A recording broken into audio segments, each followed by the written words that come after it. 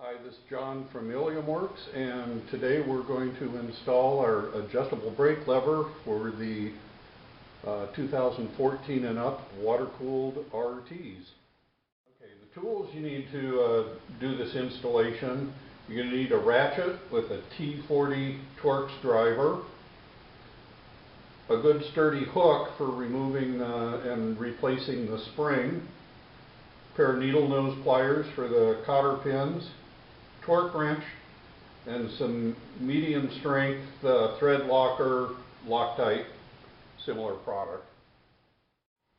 First step you're going to do is to remove the spring that retracts the brake lever. You want to hook it with your hook and disengage it, but leave the hook engaged. It'll make life a lot easier when you go to reinstall the new brake lever. Now we're going to remove the bolt. This has blue Loctite on it, so you'll have to wind it out all the way with the ratchet. It'll be tight.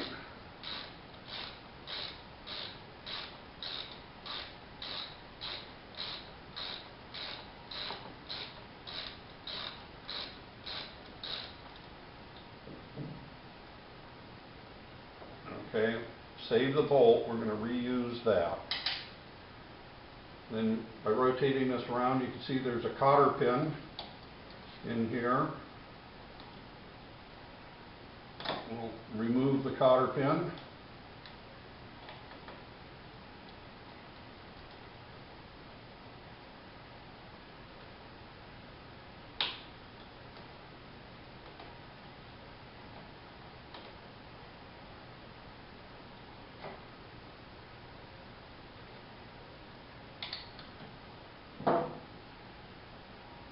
Remove the clevis pin, remove the old lever, save the clevis pin. We're going to reuse that.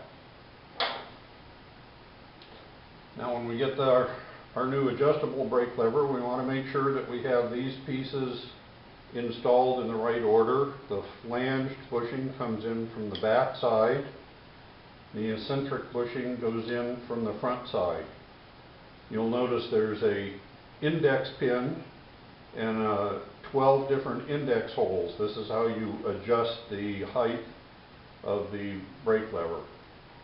In order to make things easy, we're just going to put the pin in the upper hole right now, and you'll be able to adjust that to your liking after you get everything installed.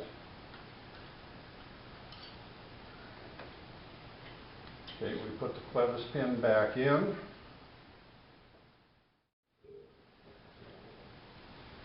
Okay, put the cotter pin in.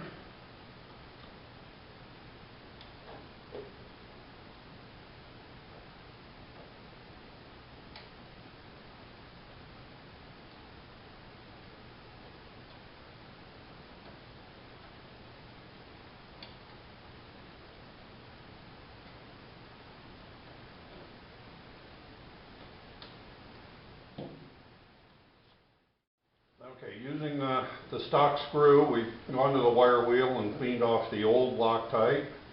We put the new washer on, and we're going to put a fresh dab of blue thread locking compound on there.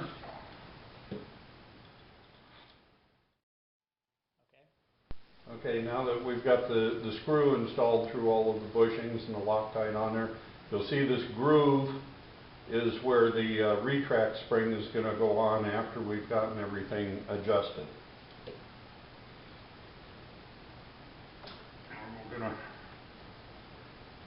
reinstall the screw into the frame. And we want to leave it out about 1/4 of an inch, so now you can retract this eccentric bushing and pull the index pin out of the index hole. And by rolling it around, you can see that we are adjusting the lever up or down. Okay, in this case we want to be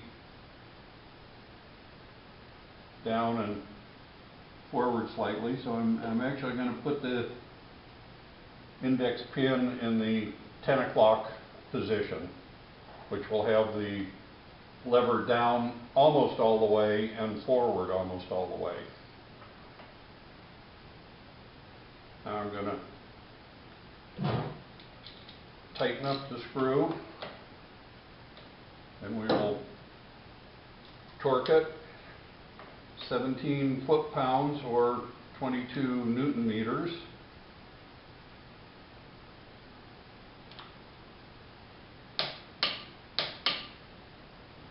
And then we're going to re-engage the retract spring.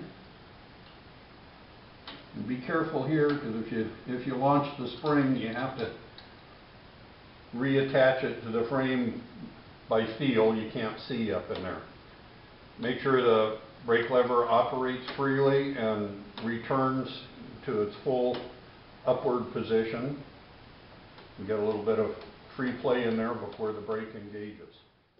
Okay, if you already have peg lowering kits or our sport boards on your bike, you'll find it's a lot easier to remove them prior to installing the brake lever.